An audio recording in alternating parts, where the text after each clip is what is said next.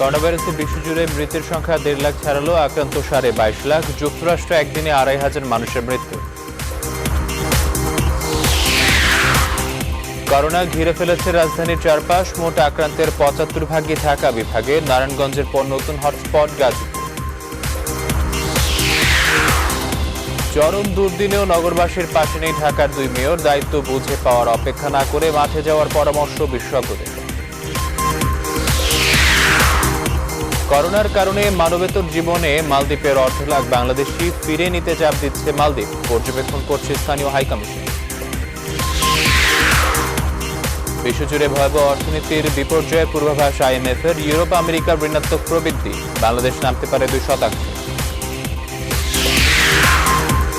হাজার হাজার হেক্টর জমির পাকা ধান মাঠে, কাটার শ্রমিক নেই। চরম বিপর্যয়ের মুখে গ্রামীণ অর্থনীতি।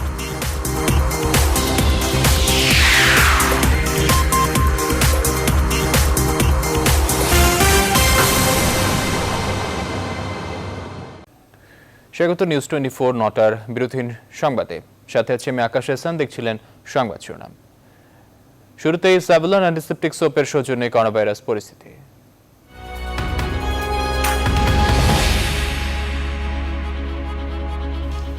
এবার বিস্তারিত।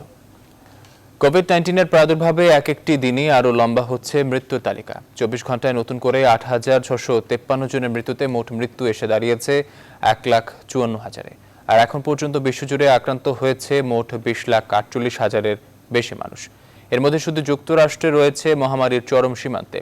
শুক্রবারে দেশটিতে নতুন করে 2,500 মানুষের মৃত্যুতে মোট মৃতের সংখ্যা দাঁড়িয়েছে 31,000-এ। আর এখন পর্যন্ত আক্রান্ত হয়ে 7,09,000-এর বেশি মানুষ। এছাড়া ফ্রান্স, স্পেন, ইতালি, জার্মানিতে মৃত্যুহার কিছুটা স্থিতিশীল রয়েছে। আক্রান্তের সংখ্যাও গেল সপ্তাহের চেয়ে অনেকটা কম এসেছে। তবে ইউরোপের মধ্যে যুক্তরাজ্যে মৃত্যুহার অন্যান্যদের তুলনায় কিছুটা বেশি। তবে চীনের নতুন করে মারা গেছে 1,290 জন। ফলে দেশটির মোট মৃতের সংখ্যা দাঁড়ালো 4,600-তে। গেল কয়েকদিনের মধ্যে নতুন করে কিছু দেশের মৃত্যুহার বেড়েছে। এর মধ্যে রয়েছে তুরস্ক, বেলজিয়াম, ব্রাজিল, কানাডা ও নেদারল্যান্ডস। এদিকে আসন্ন রোজার তারাবির নামাজের পর প্রয়োজনে ঈদ উল ফিতরের নামাজও বাড়িতে পড়ার আহ্বান জানিয়েছে সৌদি আরবের গ্র্যান্ড মুফতি।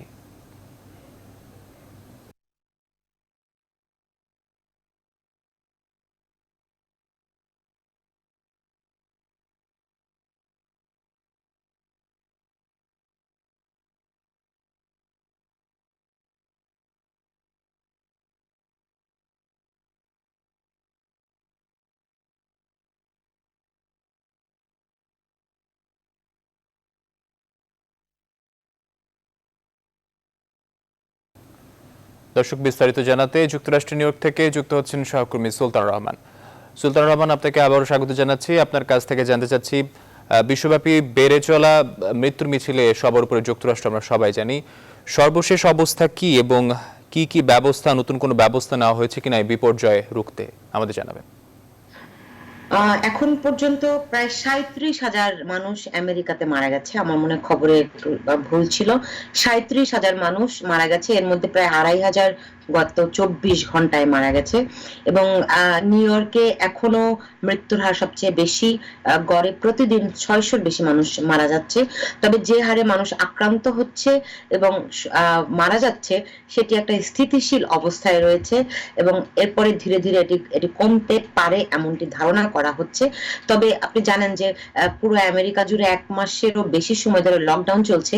বলা হচ্ছে যে যেহেতু লকডাউন চলছে এবং সামাজিক দূরত্ব বজায় রাখার কারণেই এটি এখন স্থিতিশীল হচ্ছে এবং আস্তে আস্তে কমতে থাকবে। কিন্তু প্রেসিডেন্ট ডোনাল্ড ট্রাম্প আসলে অর্থনীতির কথা বিবেচনা করে কিভাবে করে আমেরিকাকে সচল করা যায় তিনি এখন তার উপর বেশি গুরুত্ব দিতে চাচ্ছেন। কারণ এখন পর্যন্ত অর্থনৈতিক যে পূর্বাভাসগুলো রয়েছে তাতে করে অসংখ্য মানুষ আসলে অর্থনৈতিক সংকটের কারণে মৃত্যুর দিকে ঝুঁকবে। সেই সঙ্গে মানুষের অর্থনৈতিক সংকট বাড়তে থাকলে অন্যান্য সমস্যাগুলো জটিল আকার ধারণ করতে পারে, যে কারণে তিনি যে সমস্ত স্টেটে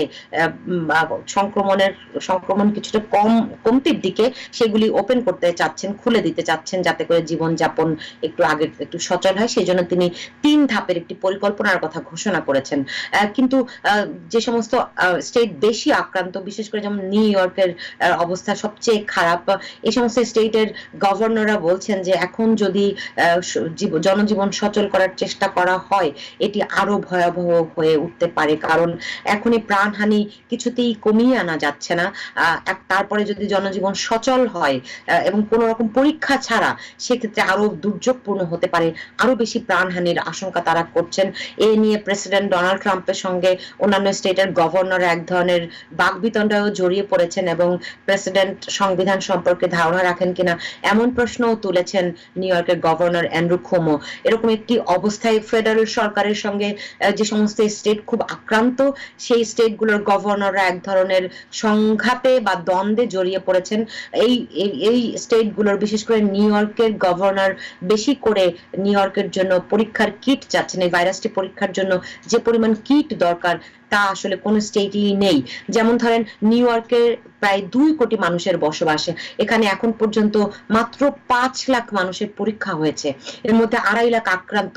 এরকম একটি অবস্থায় যদি জনজীবন সত্যি সচল করতে হয়, আসলে গণহারে পরীক্ষা চালাতে হবে। এখন গণহারে পরীক্ষা চালানোর জন্য যে কিট দরকার সেটি কিন্তু নাই। এরই মধ্যে হাসপাতালে যে সমস্ত মানুষ চিকিৎসার জন্য যাচ্ছেন, যাদের অবস্থা একেবারে গুরুতর, শুধুমাত্র তাদেরকেই পরীক্ষা করানো হচ্ছে, কারণ যথেষ্ট পরিমাণ কিট নাই। এরকম একটি অবস্থায় যদিও প্রেসিডেন্ট ডোনাল্ড ট্রাম্প জানিয়েছেন যে নতুন এক ধরনের পরীক্ষার কিট তারা আবিষ্কার করেছেন, যেটি পরীক্ষা করতে খুব বেশি সময়ও লাগে না, খুব দ্রুত ফলাফলও পাওয়া যায়, সেটি তিনি খুব ম্যাসিভ আকারে পৌঁছে দেওয়ার চেষ্টা করবেন। যদি এই পরীক্ষার কিট পাওয়া যায়, সেই ক্ষেত্রে গণহারে পরীক্ষা করে যারা আক্রান্ত তাদেরকে বিচ্ছিন্ন করা এবং যারা আক্রান্ত নয় তারা কর্মক্ষেত্রে যোগ দেবে, এরকম একটি পরিকল্পনার কথা ভাবা হচ্ছে। যদিও আগামী 15ই মে পর্যন্ত নিউ ইয়র্ক লকডাউন বাড়ানো হয়েছে, সেই সঙ্গে নিউ ইয়র্ক সহ নিউ ইয়র্কের পাশের যে স্টেট গুলো রয়েছে, নিউ জার্সি, কানেকটিকাট, যে সমস্ত স্টেটে আসলে প্রাদুর্ভাব অনেক বেশি, সেগুলোতে আরো 1 মাসের জন্য লকডাউন করা হয়েছে।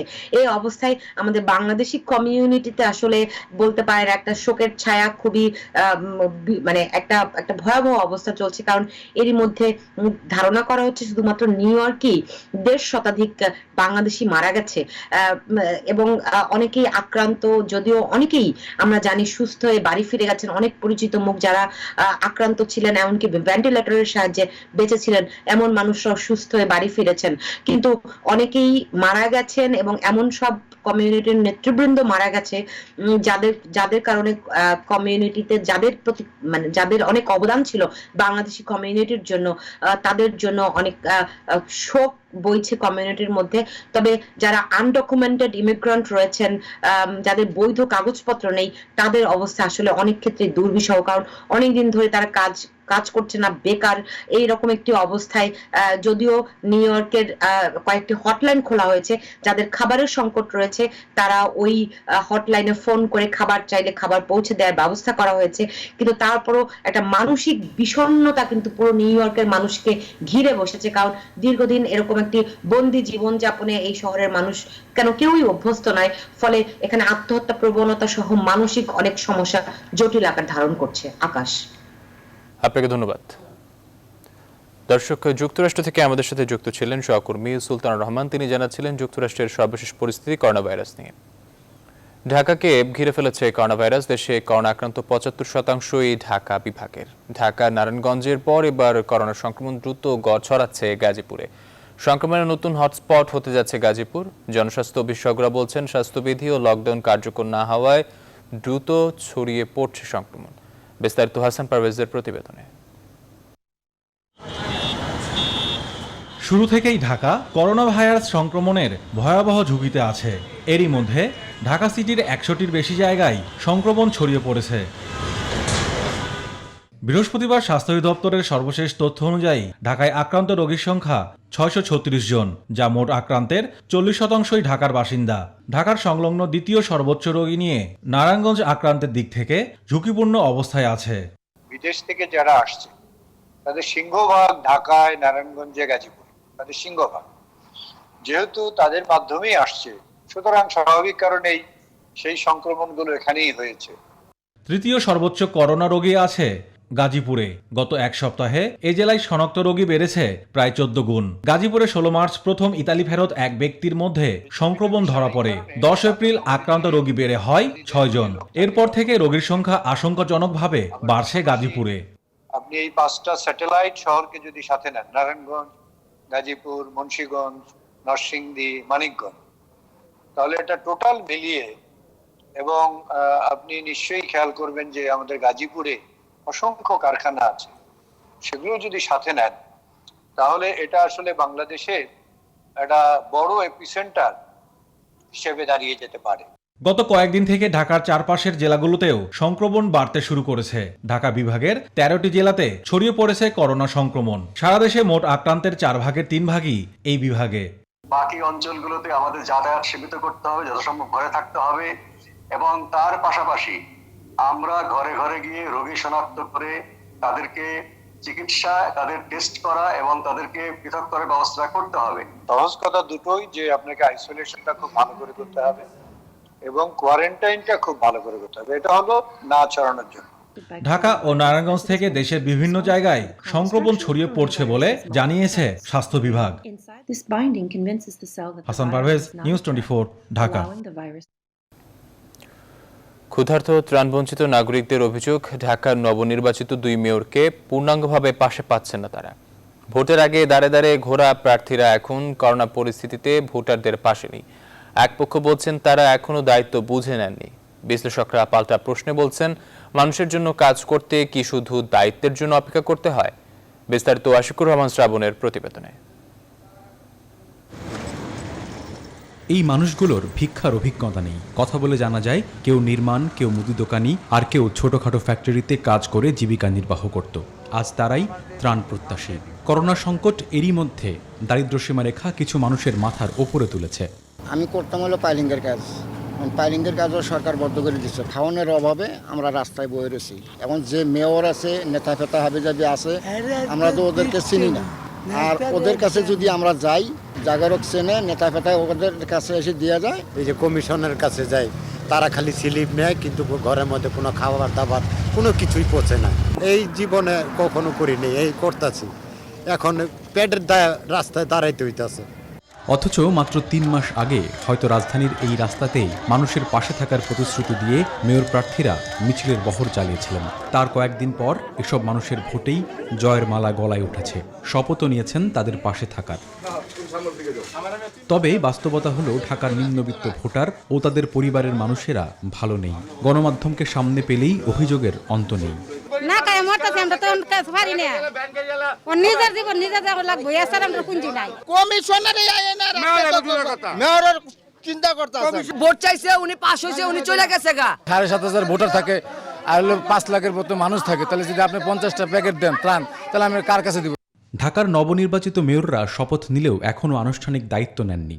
বিশ্লেষকরা বলছেন, মাঠে না থাকার পেছনে এই অজুহাতটি দেখাতে পারেন তারা। কিন্তু ভোটারদের পাশে থাকতে আনুষ্ঠানিক দায়িত্ব নেওয়া কি খুব জরুরি, এই প্রশ্নও তুলেছেন তারা। যে সময়টা প্রাথমিক পর্যায়ে ছিল, তাদের করার অনেক কিছু ছিল, সেক্ষেত্রে আতিক সাহেব কিছুটা করেছেন। আর দক্ষিণের যিনি হয়েছেন, তিনি তেমন কোনো তৎপরতা আমার চোখে পড়ে নাই। আমি ব্যর্থতা বলবো না, তারা এই জিনিসটা গুরুত্বই বুঝে না। শপথ নিয়েছেন, তাদের কার্যক্রম এখনো শুরু হয় নাই, কিন্তু যেহেতু তারা জনপ্রতিনিধি, দৈনিক আয়ের উপরে নির্ভরশীল এবং ভিক্ষুক, তাদের ব্যাপারে যদি আমরা প্রয়োজনীয় ব্যবস্থা না নিতে পারি, তাহলে এই মানুষগুলি করোনাকে ভয় না করে ক্ষুধার তাগিদে তারা কিন্তু রাস্তায় নেমে আসবে, বিভিন্ন ধরনের বেআইনি কার্যক্রমের সাথে জড়িত হবে। বিশ্লেষকরা বলছেন, এই পরীক্ষায় পাশ করতে না পারলে ভবিষ্যতে সাধারণ মানুষও মন থেকে তাদের সত্যিকার নগরপিতা হিসেবে গ্রহণ করবে না। নবনির্বাচিত মেয়রদের কাছে সবিনয় অনুরোধ, আপনারা এগিয়ে আসুন। আশিকুর রহমান শ্রাবণ, নিউজ 24, ঢাকা। দেশে করোনা আক্রান্ত প্রথম চিকিৎসক ডক্টর ফয়সাল জাহাঙ্গীর পলা সুস্থ হয়ে বাড়ি ফিরেছেন। নিউজ 24-কে একান্ত সাক্ষাৎকারে তার অভিজ্ঞতার কথা জানিয়েছেন। বলেন, করোনা আক্রান্ত হলে মৃত্যু নয়, তার প্রমাণ তিনি নিজেই। তার পরামর্শ, আতঙ্কিত না হয়ে সচেতন হতে হবে। একসঙ্গে ডক্টর ফয়সাল বলেন, করোনা যুদ্ধে ডাক্তারদের পিছপা হওয়ার সুযোগ নেই। বিস্তারিত হাসান পারভেজের প্রতিবেদনে। অনেকে আক্রান্ত হচ্ছেন, অলরেডি বিশ্বে 20 লাখ লোক আক্রান্ত হয়ে গেছে, অনেকে মারা গিয়েছেন, কিন্তু এদের মধ্যে অনেকেই ভালো হচ্ছেন, সুস্থ হয়েছেন, যেমন আমি হয়েছি। ডাক্তার ফয়সাল জাহাঙ্গীর পলাশ মিরপুরে ডেল্টা মেডিকেল কলেজ হাসপাতালে এক করোনা আক্রান্ত রোগীর সংস্পর্শে এসে এই ভাইরাসে আক্রান্ত হয়েছিলেন। 20 তারিখে আমার জ্বর আসে, জ্বর আসার পরে আমি একটু ভয় পেয়ে যাই। আইডি স্যারকে আমি 21 তারিখ সকালে ইনফর্ম করি, আমার বিষয়ে জানাই। তো ওনারা সাথে সাথে আমার স্যাম্পল কালেক্ট করেন এবং 21 তারিখ সন্ধ্যার দিকে আমাকে ওনারা রিপোর্ট ওভার ফোনে জানিয়ে দেন যে আপনার পজিটিভ এসেছে। জানতে চাওয়া আক্রান্ত হওয়ার পর তার মানসিক অবস্থা কেমন ছিল। আমি মানসিকভাবে একটু প্রস্তুত ছিলাম। রিপোর্টটা শোনার পরে একটু খারাপ লেগেছে, কিন্তু আমি ভেঙে পড়িনি, ইজিলি নিয়েছিলাম। আচ্ছা, আমার সিমটম 2 দিনে খারাপ ছিল, এছাড়া আমি বাকি 19 দিনে নর্মাল ছিলাম বলা যাবে। যারা করোনা আক্রান্ত এবং যারা এখনো আক্রান্ত হননি তাদের তিনি একগুচ্ছ পরামর্শ দিয়েছেন। যারা অলরেডি আক্রান্ত হয়ে গিয়েছেন কোভিড-19-এ, তাদের উদ্দেশ্যে বলবো, আপনারা ধৈর্য ধরুন, মহান আল্লাহ তাআলাকে স্মরণ করুন। কিছুদিনের ব্যাপার, হয়তো কাউকে 14 দিন লাগবে, কারো 1 মাস লাগবে। ইনশাআল্লাহ সবাই সুস্থ হয়ে যাবেন। যেহেতু আমি হয়েছি, আপনারাও ইনশাআল্লাহ সুস্থ হবেন। আমি ওনাদের বলবো যে আপনারা সচেতন হন, বাইরে ঘোরাফেরা করবেন না, নিজের পাশে থাকুন, নিজের জন্য, নিজের পরিবারের জন্য। আমি চিকিৎসকদের উদ্দেশ্যে একটা কথা বলতে চাই, নিজেদের সুরক্ষা বজায় রেখে আপনারা রোগীর সেবা করুন। যেহেতু এটা যুদ্ধ, এই যুদ্ধে পিছপা হওয়া যাবে না। ইনশাআল্লাহ আমি অবশ্যই জয়ী হব। ডাক্তার ফয়সাল সুস্থ হয়ে 12 এপ্রিল বাড়ি ফিরেছেন। বাড়ি ফিরলেও এখন তিনি 14 দিন হোম কোয়ারেন্টাইনে থাকবেন বলে জানিয়েছেন। অবশ্যই, কারণ আমার তো কোনো এটা তো আমার পেশা, যেহেতু আমার এটা পেশা, আমাকে তো কাজ করতেই হবে। আজীবন যতদিন বেঁচে থাকি ততদিন কাজ করেই যেতে হবে। হাসান পারভেজ, নিউজ 24, ঢাকা। একে তো অবৈধ অভিবাসী, তার উপরে চাকরি নেই, ফলে তীব্র খাদ্য সংকট আর স্বাস্থ্য ঝুঁকিতে দিন কাটছে মালদ্বীপের প্রায় 1.5 লক্ষ অবৈধ বাংলাদেশি অভিবাসীর। করোনার প্রভাবে দেশটিতে এরই মধ্যে অর্থনৈতিক ধস নামায় এসব অবৈধ কর্মীকে ফিরিয়ে নিতে বাংলাদেশকে বারবার চাপ দিচ্ছে মালদ্বীপ সরকার। তাদের ফিরিয়ে আনতে না পারলেও পরিস্থিতি স্বাভাবিক করতে 100 টন খাবারের এক জাহাজ পাঠিয়েছে বাংলাদেশ। আর পুরো ঘটনা প্রবাহের ওপর নজর রাখছে স্থানীয় বাংলাদেশ দূতাবাস। বিস্তারিত জানাচ্ছেন লাকমিনা জেসমিন সোমা। মালদ্বীপের রাজধানী মালে শহরের ব্যস্ততম এক সড়ক মাজেদ হিমাগু। এই রাস্তার নামিদামি শপিং মল আর অট্টালিকার পাশেই ছোট্ট এক খুপটি ঘরে আশ্রয় নিয়েছেন কিছু বাংলাদেশি অভিবাসী। কবুতরের খোপের মতো শ্বাসরুদ্ধকর এক পরিবেশে বন্দী এই মানুষগুলো, যাদের বেশিরভাগেরই চাকরি নেই জমানো টাকা কিংবা পর্যাপ্ত খাবার সংস্থান। ভিডিও কলে নিউজ 24-এর কাছে এমন মানবেতর জীবনযাপনের চিত্র তুলে ধরেন ভুক্তভোগীরা। 2 মাস ধরে করোনা ভাইরাসের কারণে আমরা কাজকর্ম নাই এবং টুকটাক কাম করে যা করি আমরা, আমাদের এখানে চলাচল করতে কষ্ট হয়। আমরা এই জায়গায় খানার বিল, রুম ভাড়া দিতে পারি না, আমাদের পরিবার কেমনে চলবে? সরকারের কাছে আহ্বান জানাচ্ছে যেন সরকারি কিছুটা লোন অথচ আমাদের প্রবাসী ভাইদেরকে পরবর্তীতে এই লোনগুলো পরিশোধ করে দেওয়া হবে। মালদ্বীপে এমন আরো কিছু বাংলাদেশির সাথে কথা হয় যাদের মুখেও একই ভাষ্য। আমাদের 60 থেকে 70,000 মানুষ বর্তমানে আমরা বেকার অবস্থায় আছি। তো সেদিক থেকে আমরা খুবই খাদ্য সংকটে আছি এবং আমাদের আর্থিক সংকট খুবই ভয়াবহ। যাদের কোনো মালিক নেই, বেতন নেই, থাকার জায়গা নেই, খাবার নেই, তাদেরকে দূতাবাসে যোগাযোগ করার জন্য অনুরোধ করা হয়, কিন্তু ভুক্তভোগী প্রবাসীর সংখ্যা এত বেশি যে সবাই যোগাযোগ করতে পারে নাই। চাকরি হারানো অনেকেই অনেক কোম্পানি দেশে পাঠানোর চেষ্টা করছে, কিন্তু ফ্লাইট না থাকায় তাদেরকেও দেশে পাঠানো সম্ভব হচ্ছে না। দক্ষিণ এশিয়ার 115 বর্গ কিলোমিটারের পর্যটন নির্ভর ছোট্ট দেশ মালদ্বীপ। মাত্র 5 লাখ জনসংখ্যার দেশটিতে বাংলাদেশি আছে প্রায় 1 লাখ। এর মধ্যে মালদ্বীপ সরকারের হিসাব অনুযায়ী অবৈধ বাংলাদেশি কর্মী প্রায় 40,000, বেসরকারি হিসাবে তা 1.5 লাখেরও বেশি। এমন পরিস্থিতিতে অন্য দেশের নাগরিকদের মতোই প্রায় 1.5 লাখ অবৈধ বাংলাদেশি কর্মীকে ফিরিয়ে নিতে বাংলাদেশকে বারবার চাপ দিচ্ছে দেশটি। মালদ্বীপে বাংলাদেশি প্রবাসীদের অনেকে এখন কর্মহীন হয়ে পড়েছেন। তাদের আহার এবং বাসস্থানের সংস্থান করতে অনেক কষ্টের সম্মুখীন হচ্ছে। আমরা হাই কমিশনের পক্ষ থেকে সীমিত সংখ্যক প্রবাসীদের সহায়তা করার চেষ্টা করছি, তবে অবৈধ প্রবাসীদের দেশে ফিরে নেওয়ার জন্য মালদ্বীপ সরকারের পক্ষ থেকে ক্রমাগত আমাদেরকে অনুরোধ করা হচ্ছে। বাস্তবতার নিরিখে আমরা প্রবাসীদের বিষয়ে পদক্ষেপ গ্রহণ করব। স্থানীয় দূতাবাস থেকে কয়েকশো বাংলাদেশির খাবার জোগানের ব্যবস্থা করলেও সংকটে আছে হাজার হাজার মানুষ। এমন পরিস্থিতিতে গেল বুধবার মালদ্বীপ সরকারকে 100 টন খাবার ও মেডিকেল সরঞ্জাম উপহার পাঠায় বাংলাদেশ। লাকমিনা jasmine Soma, news 24, Dhaka. সরকারের বারবার সতর্কতা, আইন শৃঙ্খলা বাহিনীর তৎপরতার পরও লকডাউন মানছে না সাধারণ মানুষ। এরই মধ্যে সারা দেশকে করোনা ভাইরাসে ঝুঁকিপূর্ণ ঘোষণা করা হয়েছে। বিস্তারিত জানাতে সাভার ও চট্টগ্রাম থেকে যুক্ত হচ্ছেন সহকর্মী নাজমুল হুদা ও ফাতেমা জান্নাত মুমু। দর্শক, শুরুতেই সাভার থেকে যুক্ত হচ্ছেন সহকর্মী নাজমুল হুদা। নাজমুল, আপনাকে স্বাগত। আপনার কাছ থেকে জানতে চাচ্ছি, সারা দেশে ঝুঁকিপূর্ণ ঘোষণার পরও মানুষ লকডাউন মানছে না কেন এবং প্রশাসনের পক্ষ থেকে কি কি ব্যবস্থা নেওয়া হচ্ছে জানাবেন।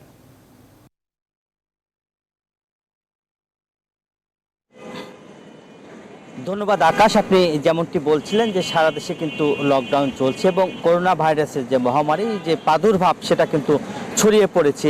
এখন পর্যন্ত যে মানুষ এই যে সাভার এবং আশুলিয়ায় গতকালকে আপনি জানেন যে এক ডাক্তার সহ 3 জন কিন্তু আক্রান্ত হয়েছে। এর আগে একজন ডাক্তার আক্রান্ত হয়েছিল এবং ধামরাইতেও কিন্তু 2 জন আক্রান্ত হয়েছে। তারা কিন্তু এই যে শুধু অসাবধানতার কারণে এবং আইন যে মানছে না, আইন না মেনে কিন্তু তারা বাজারে এসেছে এবং রাস্তা দিয়ে চলাফেরা করছে, যার কারণে তারা কিন্তু আক্রান্ত হয়েছে। এবং এখানে কিন্তু পুলিশের পক্ষ থেকে বেশ কয়েকটি চেকপোস্ট বসানো হয়েছে এবং আপনারা জানেন যে তাদেরকে যে করোনার থেকে যে সচেতন করতে এবং এই সংক্রমণ যাতে ছড়িয়ে না পড়ে সেজন্য কিন্তু আইন শৃঙ্খলা বাহিনী কিন্তু ব্যাপক কাজ করছে। এবং আপনারা জানেন যে এছাড়াও কিন্তু বেশ কয়েকটি চেকপোস্টও বসানো হয়েছে। এবং আমি একটু কথা বলতে চাই যে এই করোনা পরিস্থিতি নিয়ে যে ব্যবসায়ীরা কিন্তু এখন পথে বসে গেছে। আমি একজন ব্যবসায়ী নেতার সাথে কথা বলতে চাই, ওবায়দুর রহমান অবির সঙ্গে। আপনারা তো রয়েছেন এখানে, ব্যবসায়ীদের কি অবস্থা দেখছেন এবং এই যে করোনার কারণে মানুষের কি ক্ষতি হচ্ছে? আসলে আপনারা দেখতেই পাচ্ছেন আজকে 1 মাসের উপরে এই লকডাউন চলছে। এর মধ্যে আমাদের দোকানপাট সবই বন্ধ আছে। আপনারা জানেন আমাদের সারা বছর আমরা কোনো রকম ব্যবসা বাণিজ্য করে যাই, শুধু একটি রমজান মাস এই ঈদের জন্যে। আর আমাদের সবচেয়ে বড় বেচাকেনি হচ্ছে এই রমজান মাসে এবং ঈদে। আরেকটা বেচাকেনি আছে, সেটা হলো কিছুদিন আগে চলে গেল পহেলা বৈশাখ। আমরা তো পহেলা বৈশাখ পাইনি, আল্লাহ জানে আমাদের ভাগ্যে রমজান মাস আছে কিনা, আমরা রমজান মাসে দোকান চালাতে পারবো কিনা আমি জানি না।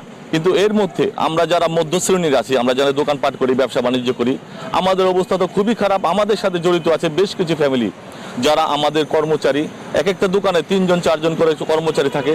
তাদের বেতন দিতে আমরা হিমশিম খাচ্ছি। আমরা নিজেরা চলতে হবে, তাদেরও বেতন দিতে হবে। এর মতো অবস্থায় আমরা যদি এই রমজান মাসে আমরা এই দোকান খুলতে না পারি, আমাদের পথে বসতে হবে।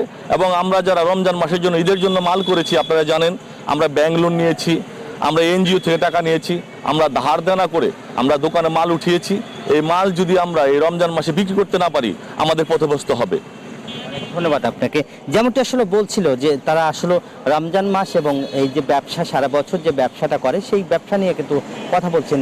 এবং এই যে মানুষগুলি রয়েছে তারা কিন্তু সারা বছর আপনারা দেখছেন যে এইভাবে যদি থাকে তাহলে হয়তো, কিন্তু বিশেষ করে যেটা বলতে চাই যে মানুষ যাতে এই যে করোনায় যারা আক্রান্ত হয়েছে এবং যারা সতর্কর অভাবে এখনও যারা বাইরে ঘোরাফেরা করছে এবং যা আইন মানছে না, তারা কিন্তু আসলে এই যে কি ধরনের যে মানে ছড়িয়ে পড়তে পারে সে ধরনের আসলে সচেতনতা কিন্তু এখনো তাদের মধ্যে হয়নি এবং গড়েও উঠে নাই, যার কারণে মানুষ কিন্তু বাজারে আসছে এবং ঘরের বাইরে তারা অহেতুক বেরোচ্ছে এবং বিভিন্ন অজুহাত দিয়ে কিন্তু তারা বাইরে ঘোরাফেরা করছে। এই ছিল আমার কাছে সাভারের সর্বশেষ খবর। এখন চলে যাচ্ছে আমার সহকর্মী রয়েছে চট্টগ্রাম মোমোর কাছে। মোমো।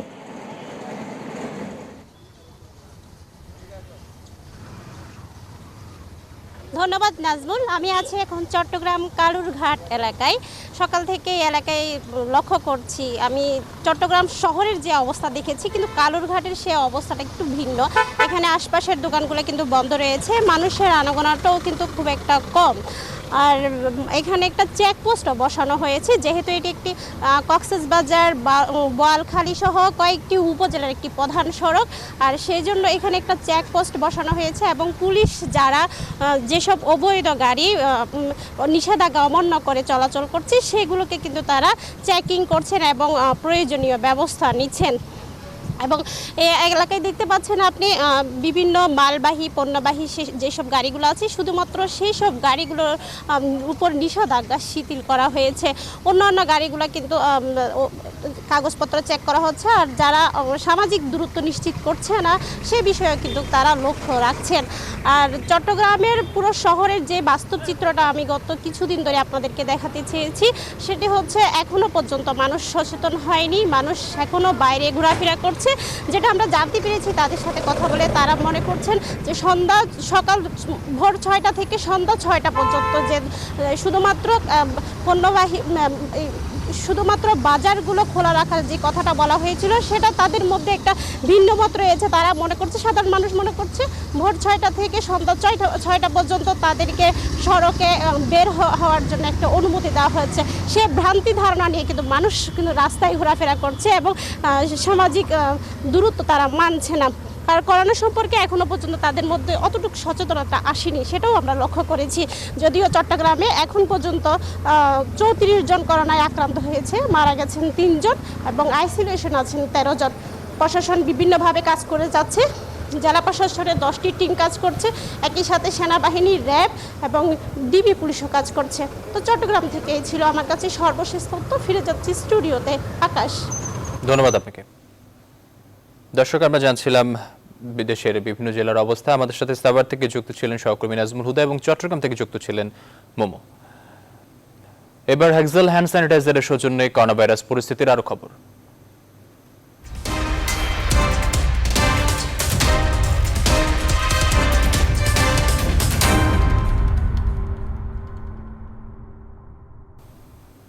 করোনা আতঙ্কে নৌপথে মানুষের ফেরা ঠেকাতে নৌপথে নজরদারি বাড়িয়েছে নৌপুলিশ। নৌপুলিশের ডিআইজি মোহাম্মদ আতিকুল ইসলামের নির্দেশে 19টি জাহাজ মোতায়েন করা হয়েছে।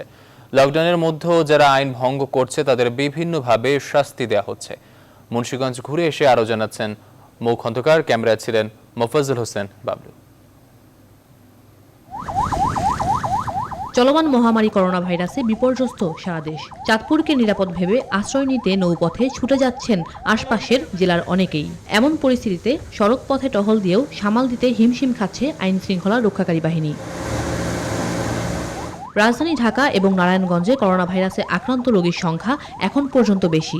এই কারণে আতঙ্কে নারায়ণগঞ্জ ও রাজধানী থেকে অনেকেই গ্রামের বাড়ি যাওয়ার চেষ্টা করছেন। এবার নৌপথে পালানো ঠেকাতে নৌপুলিশ 19টি জাহাজ মোতায়েন করেছে।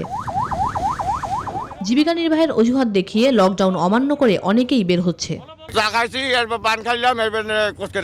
নদীর ওপার গেছে, আমার বন্ধুদের সাথে দেখা করে কিছু টাকা সাহায্য দিয়ে আমরা আশা করছি। নৌপথেও করোনার ঝুঁকি নিয়ে কাজ করছে নৌপুলিশের সদস্যরা। আমরা সর্বোচ্চ চেষ্টা করতেছি যে আমরা এই নদী পথটাকে সুরক্ষিত রাখতে পারি। আমরা সাধারণ জনগণদেরকে অনুরোধ করছি যাতে এই অবস্থার মধ্যে কেউ যাতে বাসা থেকে বের হয়ে না হয়। এদিকে জাহাজগুলোর পাশাপাশি স্থানীয়ভাবে নৌপুলিশ স্টেশনের স্পিড বোটগুলো নিজস্ব জনবল নিয়ে কাজ করছে। নারায়ণগঞ্জ জেলা থেকে অনেক সংবাদ আছে, তারা যাওয়ার চেষ্টা করে। এজন্য আমরা জোরদার পেট্রোল, ক্রস পেট্রোল অব্যাহত রেখেছি যাতে কোনো কর্মী তারা নদীপথ ব্যবহার করে কোথাও যেতে না পারে। নৌপুলিশ কর্মকর্তারা বলছেন, যারা নিয়ম ভেঙে নদীতে যাতায়াতের চেষ্টা করছে তাদের বিরুদ্ধে আইনগত ব্যবস্থা গ্রহণ করা হবে। লকডাউন কেউ মানছেন না, সেই জন্যই আমরা এই কঠোর ব্যবস্থা নিয়েছি। আমাদের মাননীয় ডিআইজি স্যারের নির্দেশে কঠোরভাবে আমরা এটা নিয়ন্ত্রণ করছি। আমরা এই জাহাজের 24 ঘন্টার জন্য আমাদের মনিটরিং ব্যবস্থা রেখেছি, এখানে অফিসাররা আছে। কেউ যেন ঘাট এলাকায় অকারণে ঘুরে না বেড়ায়, এই বিষয়গুলো নজরদারি করছে নৌপুলিশ।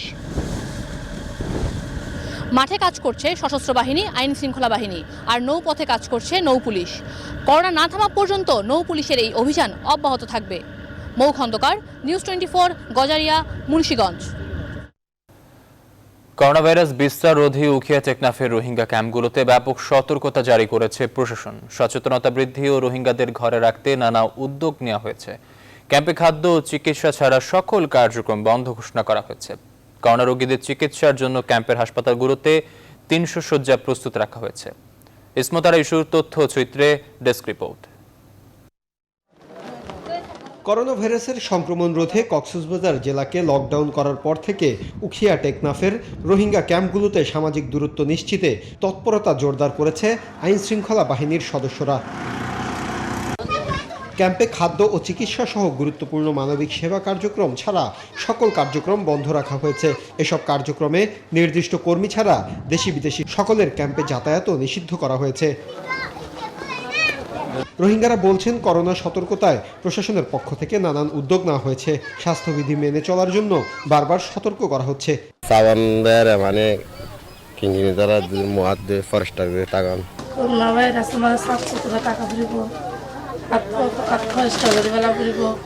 ক্যাম্পে আইসোলেশনের জন্য 300 শয্যা প্রস্তুত রাখা হয়েছে, যা 1000-এ উন্নীত করার কার্যক্রম চলছে। এছাড়া মহামারী এ ভাইরাস বিস্তার রোধে ব্যাপক প্রচারণার কারণে রোহিঙ্গাদের মাঝে আগের চেয়ে সচেতনতা বৃদ্ধি পেয়েছে বলে জানান সংশ্লিষ্টরা। পোস্টার, লিফলেট এর মাধ্যমে সচেতন করার কাজ অব্যাহত আছে। স্বাস্থ্যকর্মীরা, স্বাস্থ্য ভলেন্টিয়াররা, হাইজিন প্রমোটাররা এবং সিডব্লিউসি ওয়ার্কিং গ্রুপের স্বেচ্ছাসেবীরা এই সচেতন করার কাজে নিয়োজিত রয়েছে। বিভিন্ন সংস্থায় কর্মরত বিদেশিদের রোহিঙ্গা ক্যাম্পে যাতায়াতও নিষিদ্ধ করা হয়েছে। খাদ্য ও চিকিৎসা সেবা ছাড়া সকল কার্যক্রম বন্ধ রাখা হয়েছে বলে জানান শরণার্থী, ত্রাণ ও প্রত্যাবাসন কর্মকর্তা। যাদের ফরেন ট্রাভেল হিস্ট্রিটা আছে তাদেরকে ওখানে প্রবেশ সম্পূর্ণভাবে নিষিদ্ধ।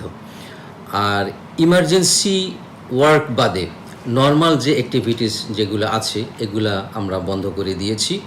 করোনা ভাইরাসের সংক্রমণ রোধে গেল 8 এপ্রিল থেকে কক্সবাজার জেলাকে লকডাউন করেছে প্রশাসন। Desk report, news 24। করোনা থাবায় ধ্বংসের মুখে দেশীয় শিল্পগুলো, যোগাযোগ ব্যবস্থা বন্ধ, চাহিদা কমে যাওয়া এবং খাবারের দাম বৃদ্ধি সহ নানা কারণে খাদ্যের কিনারায় দেশের পোল্ট্রি শিল্পগুলো। দ্রুত সরকারি সহায়তা না পেলে সম্ভাবনাময় এই খাতটি পুরোপুরি ধ্বংসের আশঙ্কা করছেন সংশ্লিষ্টরা।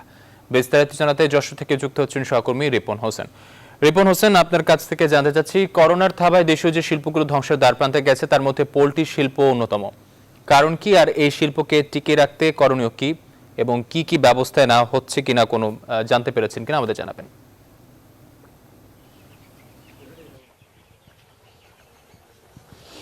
ধন্যবাদ আপনাকে। আমি রয়েছি যশোর সদর উপজেলার একটি খামারে। আপনাকে যদি একটু জানিয়ে রাখি, যশোরে প্রায় 1000 খামার রয়েছে। এই 1000 খামারে প্রায় 11 লাখ কেজি পোলট্রি যে মাংস উৎপাদন হয় এবং প্রায় 5 লাখ ডিম উৎপাদন হয়ে থাকে প্রতিদিন। তো এই করোনা ভাইরাসের প্রভাবে কিন্তু এই সমস্ত যে উৎপাদন সেটি কিন্তু বন্ধের উপক্রম এবং এই ফার্মগুলো কিন্তু বন্ধ হয়ে রয়েছে। বিশেষ করে বাচ্চা এবং বাচ্চা ক্ষেত্রেও কিন্তু প্রভাব পড়ছে এবং সেই বাচ্চাগুলোও কিন্তু নষ্ট হয়ে যাচ্ছে। এবং এই যে মুরগির যে মাংস সেটা কিন্তু বিক্রি করতে পারছে না, 50 থেকে 60 টাকা কেজি তাদের বিক্রি হচ্ছে, যেখানে প্রায় একটি বাচ্চা কিনতে হয় 40 থেকে 50 টাকায়। সেক্ষেত্রে কিন্তু খামারিরা ব্যাপক ক্ষতিগ্রস্ত হওয়ার আশঙ্কা রয়েছে। তো আমি কয়েকজন খামারিদের সাথে একটু কথা বলবো, তাদের কাছে জানবো কি অবস্থা। আপনাদের খামারের কি অবস্থা? আমাদের খামারি গত চালানে আমার 1,17,000 টাকা লস হয়েছে। তারপরে মনে করেন লিস্ট নিয়ে করতেছি, আবার দিনাদায়িক হয়ে আবার কটা মুরগি তুলেছি, যদিও ই করে, কিন্তু তুলে কি করব, মনে করেন একটা বাচ্চা কিনতেছি 30 থেকে 40 টাকা, মুরগি বেচতেছি 40 থেকে 50 টাকা কেজি। তাহলে প্রত্যেকটা চালানো যদি আমাদের ভাবে লস যায় তাহলে আমরা কি করে বাঁচবো? আমাদের কোনো বাঁচার একটা উপায় তো দেখাই দেওয়া উচিত। বা আমরা ধন্যবাদ। আমি আরেকজনের সাথে একটু কথা বলবো। আপনাদের কি পরিমাণে ক্ষতি হচ্ছে? আমার যা কটা টাকা পয়সা ছিল সব আমি খামারেতে লাগাইছি। এই গুণে আমার যা টাকা পয়সা ছিল সব আমার শেষ হয়ে গেছে। এখন আমি খামার বন্ধ করে দিচ্ছি। এখন আর আমাদের টাকা পয়সা নেই যে আমি আবার খামার চালু করব। সেইভাবে আমি রয়েছি। আমার কাছে এখন কোনো টাকা পয়সা নেই। এখন যদি সরকার কিছু দেয় তাহলে খামারটা আবার নতুন করে চালু করা যায়। ধন্যবাদ আপনাকে। আমি আরেকজনের সাথে একটু কথা বলবো। আপনার কাছে একটু জানতে চাই, সরকার কি করলে আপনাদের এই খামারগুলো টিকে থাকবে? আসলে আমরা জানছি যে সরকার অনেক প্রবচনা জানাইছে, আমাদেরকে প্রবচনা করেছে, কিন্তু আসলে আমরা পাবো কিনা এটা হলো আমাদের সবচেয়ে ভয়ের বিষয় আসে। কারণ অনেক বড় বড় খামারিরা আছে, অনেক বড় বড় শিল্পপতিরা আছে, তাদের হাতে তো এটা চলে যাবে। আমাদের কাছ পর্যন্ত যে কী এসে পৌঁছবে এটাই আমরা, আমাদের লিস্টেও আছে কিনা আমরা এটাও জানি না, বাট আমরা একেবারে সর্বশান্ত। ধন্যবাদ আপনাকে। আপনি শুনছিলেন যে তাদের বিভিন্ন সমস্যার কথা। এই ছিল আমার কাছে এখান থেকে সর্বশেষ। যাচ্ছি স্টুডিওতে। ধন্যবাদ। দর্শক, যশোর থেকে যুক্ত ছিলেন সহকর্মী রিপন হোসেন। বরিশালের বানারীপাড়া উপজেলা আওয়ামী লীগের সহসভাপতি ইউসুফ আলীর দোকান থেকে 7,680 কেজি সরকারি চাল উদ্ধার করেছে ভ্রাম্যমাণ আদালত। আর ফেনীতে ভিজিএফ এর 3 বস্তা চালসহ নাসির নামে ধর্মপুর ইউনিয়নের এক সদস্যকে আটক করেছে ডিবি পুলিশ। সকালে বরিশালের বানারীপাড়া উপজেলার নির্বাহী কর্মকর্তা শেখ আব্দুল্লাহ সাদিদের ভ্রাম্যমাণ আদালত আওয়ামী লীগের সহসভাপতি ইউসুফ আলীর দোকানে অভিযান চালিয়ে সেখান থেকে ৭,৬৮০ কেজি সরকারি চাল উদ্ধার করে। এ সময় চাল চুরির অপরাধে তার ৬ মাসের বিনাশ্রম কারাদণ্ড দেয় ভ্রাম্যমাণ আদালত। দণ্ড ঘোষণার পর তাকে বিশেষ ব্যবস্থায় বরিশাল কেন্দ্রীয় কারাগারে পাঠানো হয়। বিকেলে ফেনীর ধর্মপুর থেকে ৩ বস্তা ভিজিএফ এর চাল সহ এক ইউপি সদস্যকে আটক করে ডিবি পুলিশ। এদিকে গোপালগঞ্জে ৩৪৫ কেজি চাল সহ সাবেক এক ইউপি সদস্যকে আটক করেছে র্যাব।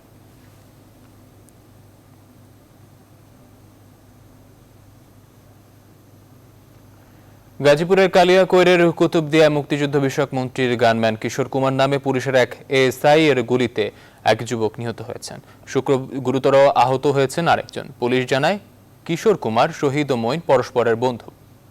বৃহস্পতিবার দিবাগত রাতে কুতুবদিয়া এলাকার একটি পতিত জমিতে তারা আড্ডা দিচ্ছিলেন। ধারণা করা হচ্ছে এই সময় নেশাগ্রস্ত হয়ে কোনো বিষয় নিয়ে ঝগড়ার জের ধরে কিশোর তার কাছ থেকে পিস্তল নিয়ে শহীদ ও মঈনকে গুলি করেন। এতে শহীদের বুকে গুলি লাগলে ঘটনাস্থলে তিনি মারা যান। মঈনের পেটের এক পাশে গুলিবিদ্ধ হয়।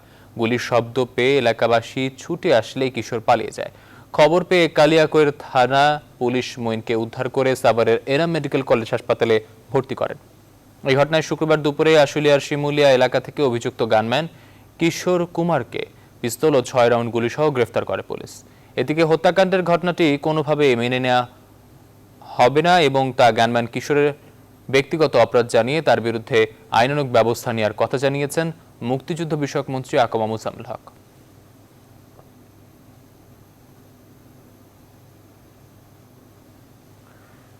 বিশ্বজুড়ে করোনা ভাইরাসের করাল গ্রাসে স্থবির হয়ে পড়েছে অর্থনীতি।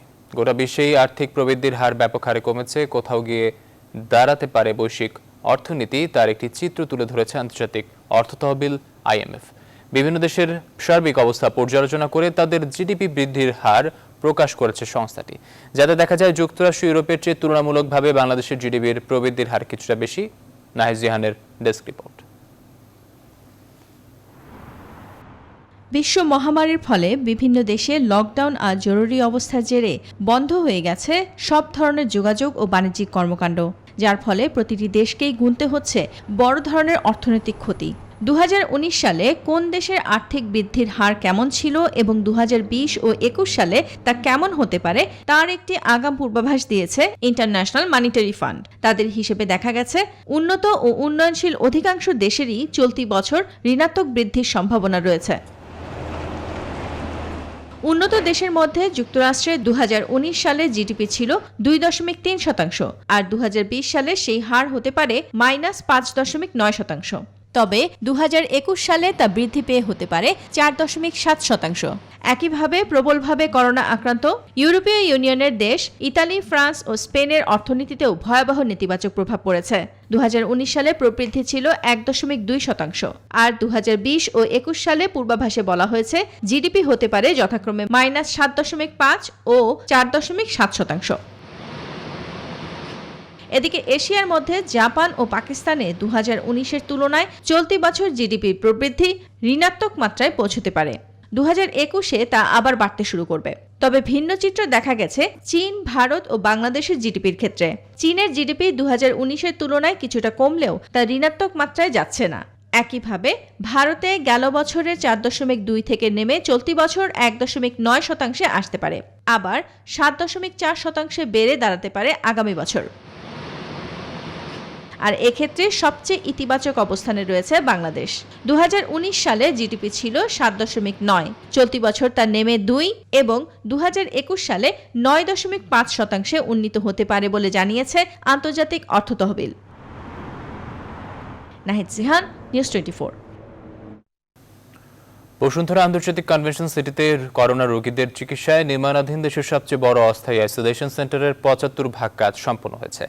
আগামী 25 এপ্রিলের মধ্যে দেশের সবচেয়ে বড় অস্থায়ী আইসোলেশন সেন্টার শতভাগ তৈরি হয়ে যাবে বলে জানিয়েছে সংশ্লিষ্টরা। বিস্তারিত জানাচ্ছেন তৌফিক মাহমুদ মুন্না।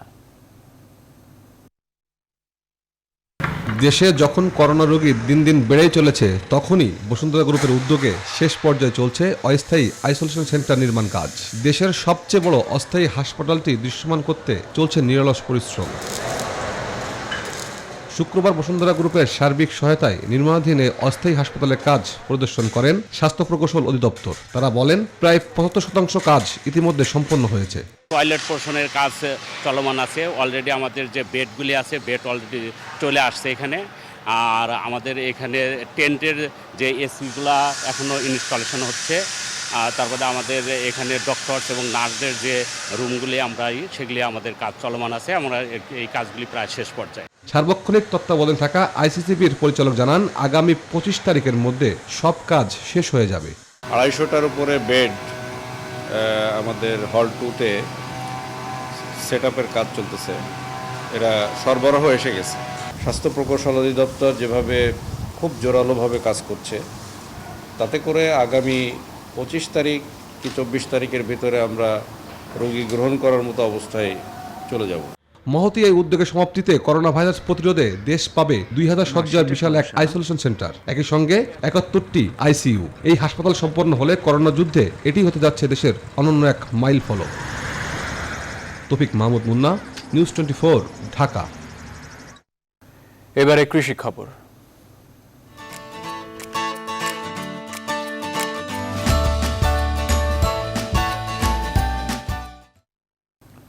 করোনা আতঙ্কের মধ্যেই সুনামগঞ্জ শহর অঞ্চলে ধান কাটতে শুরু করেছেন কৃষকরা। প্রতি বছর দেশের বিভিন্ন জেলা থেকে ধান কাটতে কয়েক লাখ শ্রমিক আসলেও করোনার কারণে এবারের চিত্রটা ভিন্ন।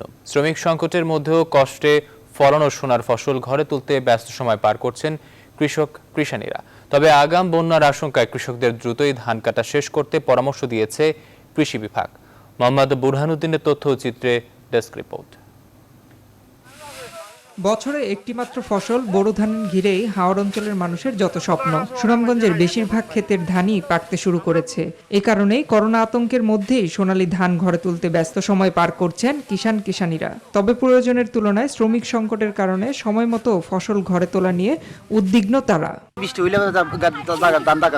ফসল পাওয়ার পরে তো আমরা ওই যে খাটটা পাইরাম না, ব্যাপারী পাইরাম না, কিছু পাইরাম না, রাস্তাঘাটে যে দিন মাদান খারাপ এর মাঝে একটা রোগে যে আক্রান্ত হয়েছে, এই ধরনের আমরা তো খুব কষ্টের মাঝে আছি।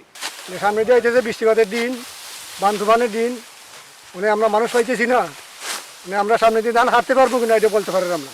এখন বর্তমানে খাটানির ক্রাইসিস, আমরা খাটাইতে পারতেছি না ধান। চলতি মাসের শেষ সপ্তাহে ঝড় ও বৃষ্টি হতে পারে, ফসলে যাতে কোনো ক্ষতি না হয় সেজন্য কৃষকদের দ্রুত ধান কাটতে পরামর্শ দিচ্ছেন সংশ্লিষ্টরা। আকস্মিক বন্যার একটা পূর্বাভাস আছে, যার ফলে আমরা কিছুটা দ্বিধা এবং সংশয়ের মধ্যে আছি। আমরা সর্বোচ্চ চেষ্টা করতেছি যাতে সুনামগঞ্জের বুড়ো ধানটা কৃষকগণ উঠিয়ে নিতে পারে। সুনামগঞ্জের 11 উপজেলার হাওরে এবার বোরো চাষাবাদ হয়েছে 2,19,300 হেক্টর জমিতে। Desk report, news 24। এবারে নিউজ 24 স্পোর্টস।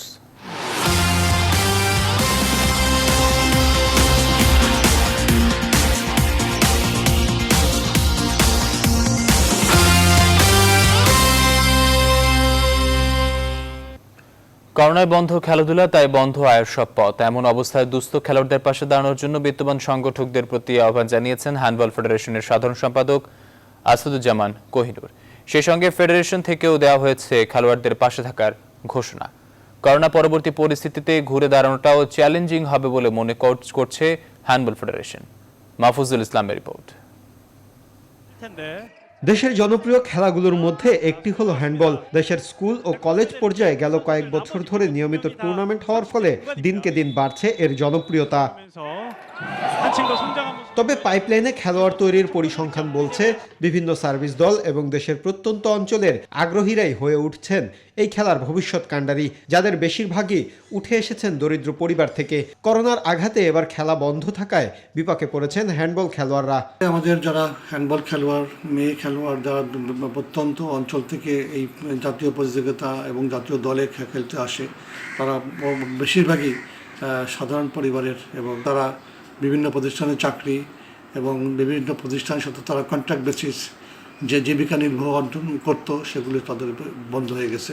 তাদেরকে আমরা ফেডারেশনের পক্ষ থেকে এবং আমাদের যারা বিভিন্ন দানশীল ব্যক্তি আছেন তাদেরকে আমি অনুরোধ করব, তারা যেন আমাদেরকে এই দরিদ্র খেলোয়াড়দের জন্য কিছু আর্থিক সহায়তার জন্য এগিয়ে আসেন। করোনা ভাইরাস সংক্রমণের এই পরিস্থিতিতে দেশের প্রায় সকল ফেডারেশনে প্রায় একই চিত্র। এই সকল ফেডারেশনের দিকে সুদৃষ্টি দিতে ধনী সংগঠকদের প্রতি আহ্বান জানিয়েছেন তিনি। আমি জাতীয় ক্রীড়া ফেডারেশনের সভাপতি হিসেবে সমস্ত ফেডারেশনের যারা কর্মকর্তা আছে তাদেরকেও বলবো তারা তাদের প্রত্যেকটা খেলোয়াড়ের এবং প্রত্যেকটা ইভেন্টের খেলোয়াড়দেরকে দৃষ্টি দেওয়া, তাদের জন্য ওয়েলফেয়ার দেখা। করোনা পরিস্থিতি স্বাভাবিক হওয়ার পর আবারও পুরোদমে খেলাধুলা চালু করাটা বেশ চ্যালেঞ্জিং হবে বলে মনে করেন সংশ্লিষ্টরা। মাহফুজুল ইসলাম, নিউজ 24, ঢাকা। করোনা পরিস্থিতি উন্নতির আগে আইপিএল শুরু করা কোনোভাবেই সম্ভব নয়। 8 দলের টিম ম্যানেজমেন্টকে জানিয়ে দিয়েছে আয়োজকরা। অনির্দিষ্টকালের জন্যই স্থগিত থাকছে ভারতের এই ফ্র্যাঞ্চাইজি টুর্নামেন্ট। তবে শেষ পর্যন্ত আইপিএল বাতিল হলে বড় আর্থিক ক্ষতির মুখে পড়বে বিসিসিআই। তবে চলমান পরিস্থিতিতে শ্রীলঙ্কা তাদের দেশে আইপিএল আয়োজনের প্রস্তাব দিয়েছে ভারতকে। বিস্তারিত রিপোর্টে। করোনা সংক্রমণে গোটা বিশ্বে লকডাউন চলছে। টেলি বৈঠকে বিসিসিআই প্রেসিডেন্ট সৌরভ গাঙ্গুলি আলোচনা করেন বোর্ডের বাকি কর্তাদের সঙ্গে।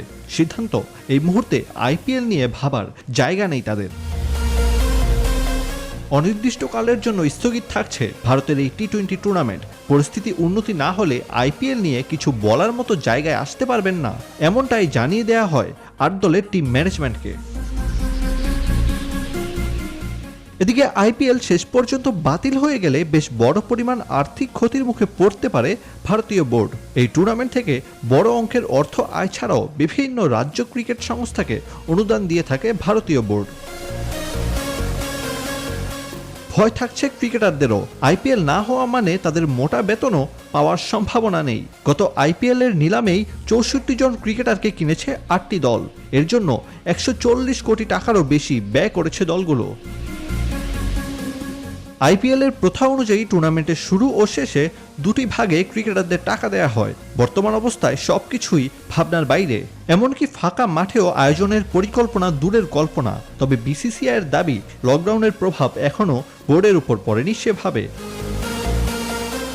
আরিফুল ইসলাম, নিউজ 24।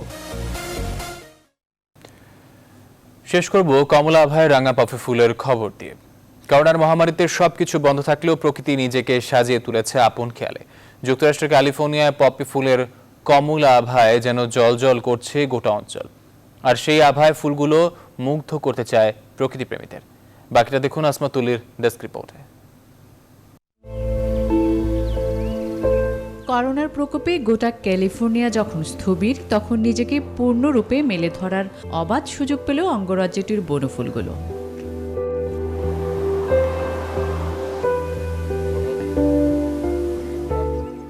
তাই এই সময়টাতে অঙ্গরাজ্যটির বনফুল পপির সোনালি আভায় যেন রাজসিক সৌন্দর্য পেয়েছে সেখানকার ছোট ছোট পাহাড়গুলো।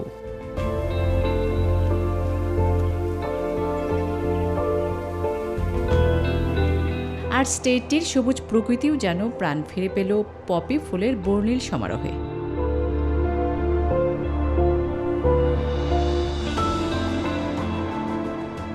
তাই তো এমন সৌন্দর্যের পসরা নিয়ে দর্শনার্থীদের কাছে ডাকছে শান্ত সুনমির এই ফুলেল প্রকৃতি। তবে নান্দনিক এই সৌন্দর্য কাছ থেকে উপভোগ করতে পারছে না করোনায় দগ্ধ ফুল পিয়াসীরা।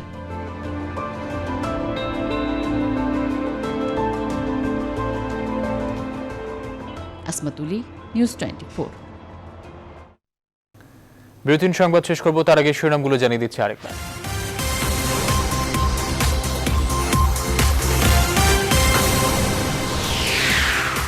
করোনা ভাইরাসে বিশ্বজুড়ে মৃতের সংখ্যা 1.5 লাখ ছাড়ালো, আক্রান্ত 22.5 লাখ। যুক্তরাষ্ট্রে একদিনে 2,500 মানুষের মৃত্যু। করোনা ঘিরে ফেলেছে রাজধানীর চারপাশ, মোট আক্রান্তের 75 ভাগই ঢাকা বিভাগের। নারায়ণগঞ্জের পর নতুন হটস্পট গাজীপুর। চরম দুর্দিনেও নগরবাসীর পাশে নেই ঢাকার 2 মেয়র। দায়িত্ব বুঝে পাওয়ার অপেক্ষা না করে মাঠে যাওয়ার পরামর্শ বিশেষজ্ঞদের। করোনার কারণে মানবেতর জীবনে মালদ্বীপের অর্ধলাখ বাংলাদেশি ফিরিয়ে নিতে চাপ দিচ্ছে মালদ্বীপ, পর্যবেক্ষণ করছে স্থানীয় হাইকমিশন। বিশ্বজুড়ে ভয়াবহ অর্থনীতির বিপর্যয়ের পূর্বাভাস আইএমএফ-এর। ইউরোপ আমেরিকার ঋণাত্মক প্রবৃদ্ধি, বাংলাদেশ নামতে পারে 2%। এবং হাজার হাজার হেক্টর জমির পাকা ধান মাঠে কাটার শ্রমিক নেই, চরম বিপর্যয়ের মুখে গ্রামীণ অর্থনীতি। দর্শক, এই ছিল বিরতির সংবাদে সাথে থাকার জন্য ধন্যবাদ সবাই।